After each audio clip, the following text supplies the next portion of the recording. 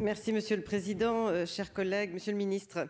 Oui, la télémédecine est une solution pour répondre à la raréfaction des médecins dans tous les territoires. Aussi, je me saisis de l'opportunité de l'examen de l'article 28 afin de m'adresser à Monsieur le Ministre au sujet des plafonnements d'actes de télémédecine accordés à la médecine de ville.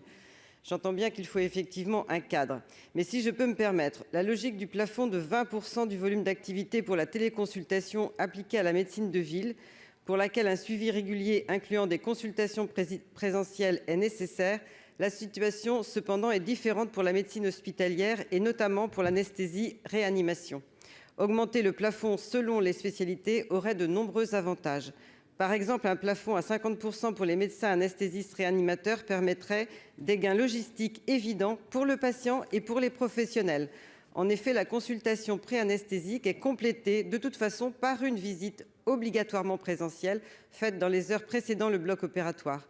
Ainsi, l'examen clinique étant systématiquement fait à cette occasion, une téléconsultation initiale suivie d'une visite présentielle remplirait pleinement les conditions de sécurité requises pour le patient. Par ailleurs, un accroissement du recours à la téléconsultation offrirait une plus grande attractivité de la discipline dans les zones sous-dotées. Certaines sociétés l'ont bien compris et proposent déjà de sous-traiter des consultations d'anesthésie en téléconsultation, preuve qu'une réelle demande existe au sein de la profession. Je pourrais également vous exposer la situation du seul allergologue de mon département qui recourt à la téléconsultation pour faire face à une demande explosive.